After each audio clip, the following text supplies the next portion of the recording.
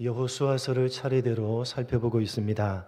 구약 성경 전체를 크게 네 부분으로 나누면 율법서, 역사서, 시가서, 선지서로 나눌 수가 있습니다. 율법서는 창세기로부터 신명기까지로 주로 율법의 내용을 다루고 있다고 해서 율법서라고도 부릅니다.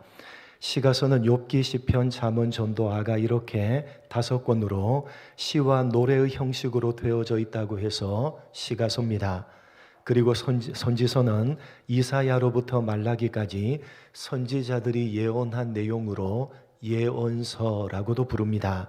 그리고 여호수아부터 에스더까지 12권은 이스라엘이 하나님의 언약 백성으로 그들의 역사 속에서 하나님과의 언약을 어떻게 지켜갔는가를 그 내용으로 삼고 있다고 해서 역사서라고 분류합니다.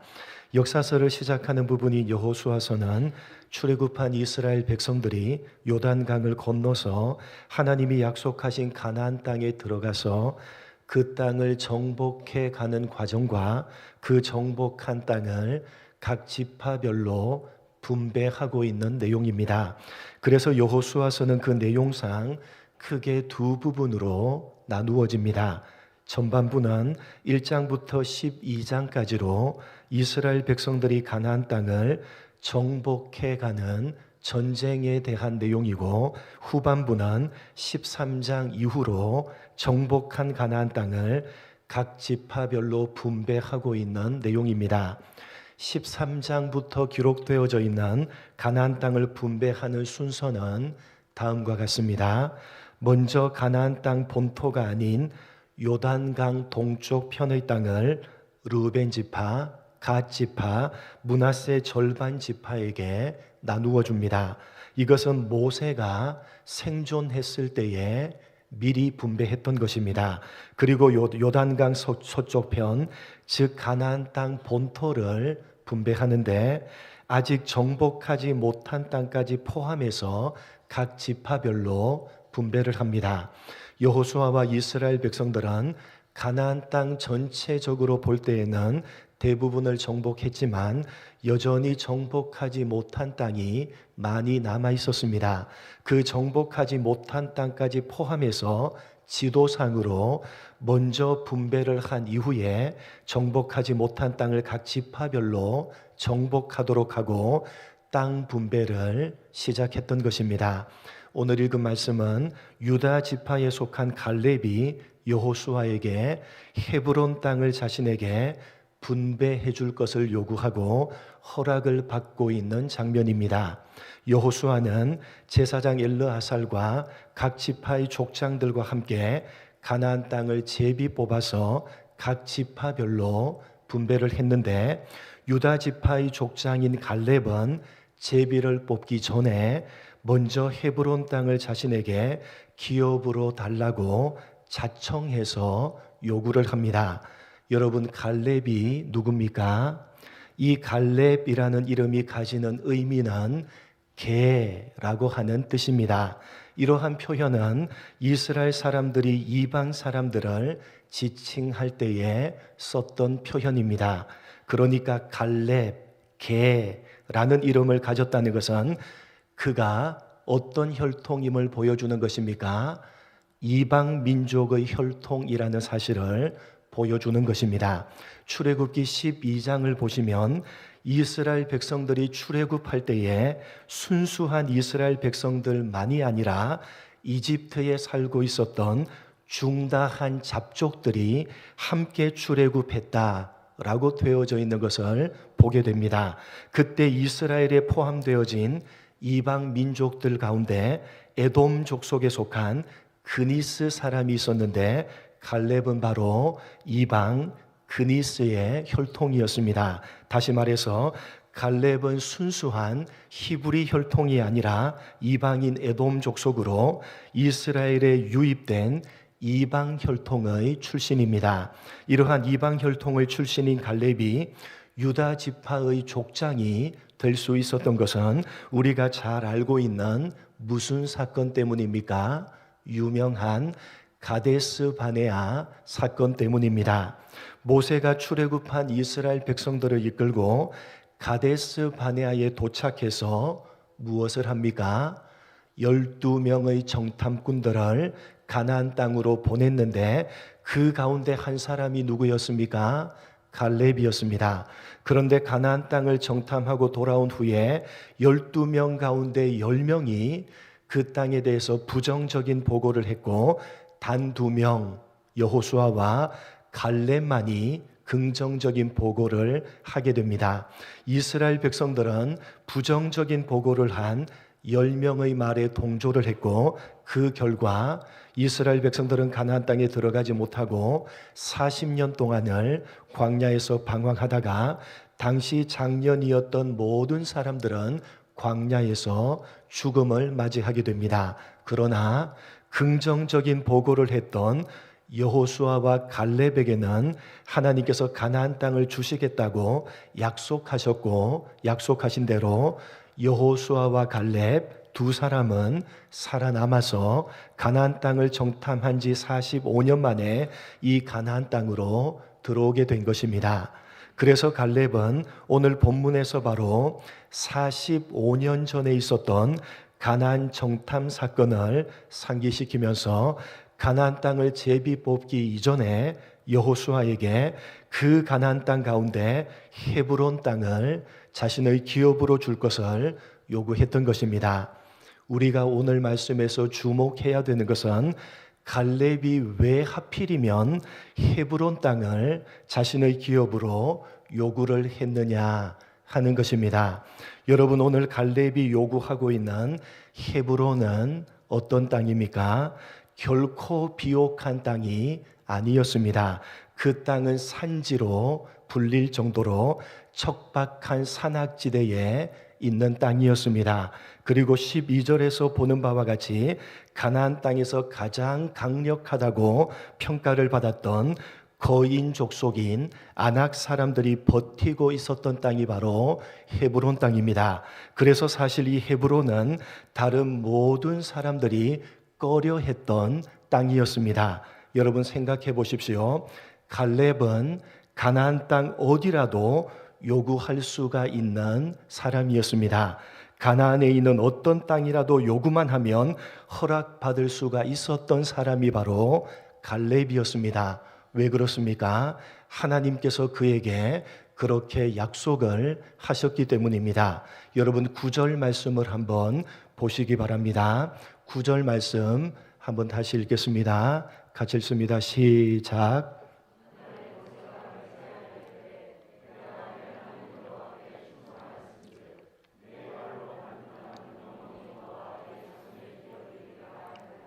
네 발로 밟는 땅은 영원히 너와 네 자손의 기업이 되게 하리라. 하나님께서 모세를 통해서 약속해 주셨기 때문에 발로 밟는 땅, 즉 그 어떤 땅이라도 요구하기만 하면 허락받을 수 있었던 사람이 바로 갈렙이었습니다. 그 땅을 분배하고 있는 책임자였던 여호수아도 이 말씀을 들었기 때문에 갈렙이 그 어떤 땅이라도 요구를 했어도 들어줬을 것입니다. 그런데 그런 갈렙이 모든 사람들이 꺼리고 있었던 땅인 헤브론을 요구하고 있다는 사실입니다. 산악지대요, 거인 족속인 아낙 자손이 버티고 있는 땅입니다. 그리고 그의 나이가 몇 살입니까? 85세였습니다. 좋은 조건을 가진 다른 땅들도 많은데 그 많고 많은 땅들 가운데 왜 하필이면 헤브론 땅입니까? 그것은 이 헤브론 땅이 역사적으로 중요한 상징성을 가지고 있는 땅이었기 때문입니다. 어떤 상징성입니까? 여러분, 하나님께서 갈렙에게 약속하셨던 오늘 본문 9절에 있는 네가 발로 밟는 땅을 주리라 라는 약속은 갈렙에게 처음 하신 약속이 아니라 사실은 이와 동일한 약속을 아브라함에게 하나님께서 제일 먼저 하셨습니다. 찾아보겠습니다. 창세기 13장 17절 18절 두 절을 한번 읽어보겠습니다. 창세기 13장 17절 18절 두 절입니다. 같이 읽겠습니다. 시작.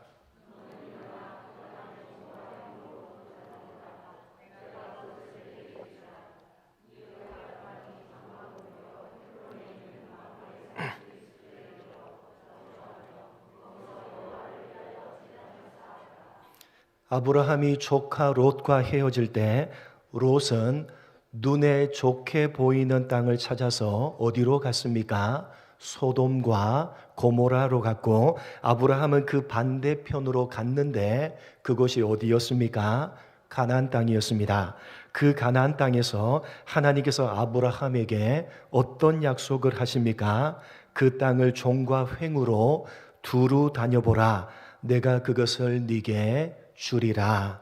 여러분, 갈렙에게 한 약속과 동일하지 않습니까? 가나안 땅에서 종과 횡으로 두루 다니면서 발로 밟는 땅을 주겠다라는 약속입니다. 그래서 아브라함이 발로 밟았던 땅이 어디라고 되어져 있습니까? 18절에 헤브론이었다 라고 되어져 있습니다. 그런데 여러분, 아브라함은 그 약속의 땅 가나안을 자신의 것으로 차지합니까? 차지하지 못합니까? 차지합니까? 차지하지 못합니까? 차지하지 못합니다. 죽을 때까지 땅 한 평 차지하지 못하는 것입니다. 그러나 아브라함은 가나안 땅을 차지하지는 못했지만 그 땅을 주실 것이라는 하나님의 약속의 말씀은 반드시 이루어질 것이라는 분명한 확신을 가지고 굳게 믿었습니다. 무엇을 보면 알 수가 있느냐? 아브라함이 자신의 무덤을 가나안 땅으로 정하고 거기에 묻힌 것을 보면 알 수가 있습니다. 아브라함은 자기가 묻힐 땅 한 평도 소유하지 못했기 때문에 누구에게 샀죠? 헷 족속에게 무덤으로 사용할 동굴 하나를 사서 먼저 자신의 아내인 사라를 가나안 땅에 묻고 후에 자신도 거기에 함께 묻히게 됩니다. 그런데 여러분, 아브라함이 묻힌 그 땅이 어딘 줄 아십니까? 바로 가나안 땅 어디였겠습니까? 그가 발로 밟았던 창세기 13장 18절에 나오는 어떤 땅? 헤브론 땅이었습니다. 찾아보겠습니다. 창세기 23장 19절 20절 두 절 말씀입니다. 어디에 묻혔는지 잘 보십시오. 창세기 23장 19절 20절 두 절 말씀 같이 읽겠습니다. 시작.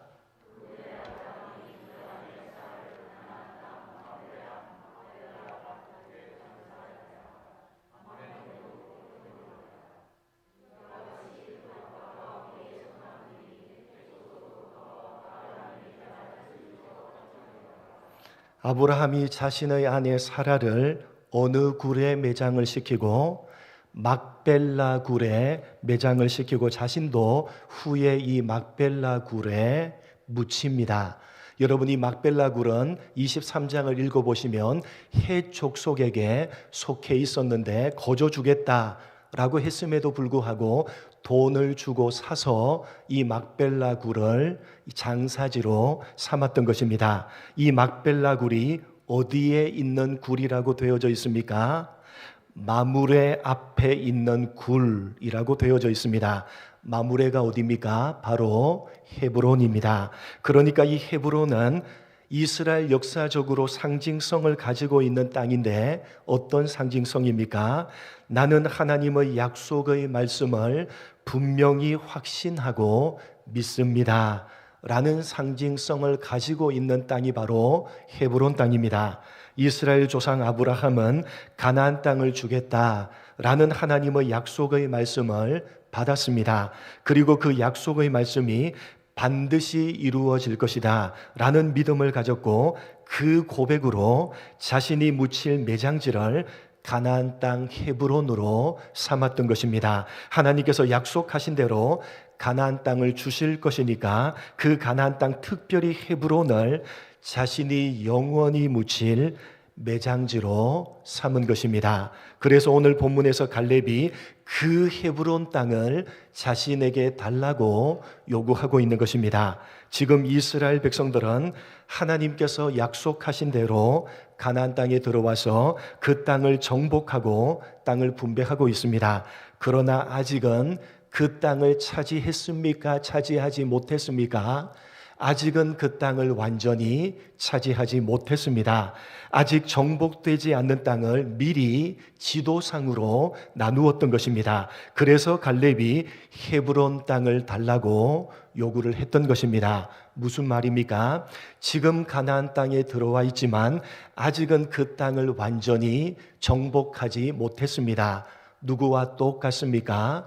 아브라함과 똑같습니다. 가나안 땅에 들어와 있지만 그 땅을 차지하지는 못했습니다. 그러나 그 땅을 주겠다는 약속의 말씀을 이미 받았기 때문에 아브라함은 그 말씀을 확신하고 믿었습니다. 그래서 차지하지 못했지만 어떻게 했습니까? 자신이 영원히 묻힐 매장지로 그 땅을 삼았던 것입니다. 그것이 바로 헤브론 땅입니다. 하나님의 약속의 말씀은 반드시 이루어진다라는 고백이 담겨져 있는 땅, 이스라엘의 조상인 아브라함이 그러한 고백으로 자신의 영원한 매장지로 삼은 바로 그 땅 헤브론을 달라고 요구를 했던 것입니다. 갈렙은 비록 아직 차지하지는 못했지만 하나님께서 이 가나안 땅을 반드시 정복해 하실 것이고 약속하신 대로 지키시사 그 땅을 주실 것이다 라는 고백으로 그러한 고백이 담겨져 있는 이스라엘 역사적으로 상징적인 땅이었던 헤브론을 요구했던 것입니다. 비록 척박한 산악지대의 땅이었지만 비록 거기에 누구도 상대하기가 버거운 거인 족속인 아낙 족속이 버티고 있었고 자신은 85세나 되었지만 바로 이 상징적인 땅이었기 때문에 그 헤브론을 달라고 그 어떤 땅을 요구해도 다 받을 수가 있었던 갈렙이었지만 그 헤브론 땅을 달라고 요구를 했던 것입니다. 그리고 그 하나님의 약속의 말씀은 그대로 이루어져서 갈렙은 헤브론 땅을 차지하게 됩니다. 갈렙의 나이가 85세나 되었고 거대한 아낙 자손이 버티고 있었지만 하나님의 말씀은 그대로 이루어졌던 것입니다. 사랑하는 성도 여러분, 여러분은 신앙이 도대체 무엇이라고 생각하십니까? 믿음이 도대체 무엇이라고 생각하십니까? 오늘 본문은 갈렙의 믿음을 이렇게 표현하고 있습니다. 14절 하반절을 보시면 그가 이스라엘의 하나님 여호와를 어떻게 했음이라? 온전히 쫓았음이라. 그가 이스라엘의 하나님 여호와를 온전히 쫓았음이라. 여러분, 믿음이란 하나님을 온전히 쫓는 것입니다. 어떻게 하는 것이 하나님을 온전히 쫓는 것입니까? 오늘 말씀이 보여주듯이 하나님의 말씀을 믿음으로 받아들이고 온 마음을 다해서 그 말씀에 순종하는 것입니다. 세상의 것들을 신뢰하고 나 자신을 신뢰하는 것이 아니라 하나님의 말씀을 신뢰하면서 그 말씀을 따라서 순종하는 것입니다. 내가 이성적으로 생각할 때는 불가능해 보입니다. 85세나 되었고 그 땅은 척박한 땅이었고 더군다나 거대한 아낙 자손이 버티고 있는 땅입니다. 그러나 그 어떤 어려움이 있다고 할지라도 나이가 85세나 되었다고 할지라도 거대한 아낙 자손이 버티고 있다고 할지라도 말씀을 따라서 순종하면 말씀대로 이루어지는 것입니다. 그것이 바로 갈렙이 가졌던 믿음이었고 성경이 우리에게 가르치는 믿음인 것입니다. 사랑하는 성도 여러분, 여러분이 가지고 있는 믿음은 하나님을 온전히 쫓는 믿음입니까? 아니면 세상과 여러분 자신을 쫓는 믿음입니까? 오늘 이 밤에 여러분의 믿음, 여러분의 신앙을 겸손하게 되돌아 보셔야 될 것입니다. 무엇을 살펴보면 알 수가 있느냐? 여러분이 기도하고 있는 기도의 제목을 살펴보시면 분명하게 알 수가 있습니다. 여러분이 하는 기도는 말씀대로 살기 위한 기도입니까? 아니면 다만 그저 세상적으로 잘 되게 해달라는 그런 기도입니까? 여러분, 오늘 겸손하게 말씀 앞에서 여러분이 하고 있는 기도의 제목을 살피시기 바랍니다. 여러분의 믿음은 하나님을 온전히 쫓는 믿음입니까? 아니면 세상과 여러분 자신을 쫓는 믿음입니까? 말씀 앞에서 스스로를 점검하시고 하나님을 온전히 쫓는 믿음, 하나님의 말씀을 믿고 그 말씀을 따라서 순종하며 살아가는 참된 믿음을 소유하시는 여러분 모두가 되시기를 주님의 이름으로 간절히 축복합니다. 오늘 말씀을 생각하며 함께 합심해서 기도했으면 좋겠습니다. 하나님을 온전히 쫓는 믿음, 하나님의 말씀을 온전히 쫓아 순종하는 믿음을 소유하게 하여 주옵소서. 오늘 이 밤에 우리가 하는 기도의 제목을 점검케 하시고 우리의 기도가 다만 세상적으로 잘 되게 해달라는 기도가 아니라 하나님의 말씀을 따라서 순종하게 해달라는 기도로 바뀌어질 수 있도록 도와달라고 기도하시기 바랍니다. 나 자신이 기준이 되고 중심이 되지 않게 하시고 하나님의 말씀이 중심이 되어지며 하나님의 말씀으로 기준을 삼는 올바른 믿음을 소유하는 우리들이 되게 해주시고 하나님의 말씀으로 세워지는 서울우림교회 공동체가 되게 하여 주옵소서. 오늘 말씀을 생각하며 여러분의 믿음을 점검하시며 하나님의 말씀을 온전히 쫓는 믿음, 그런 참된 믿음을 소유할 수 있도록 도와달라고 우리 주여 한번 외치시고 합심해서 기도합니다. 주여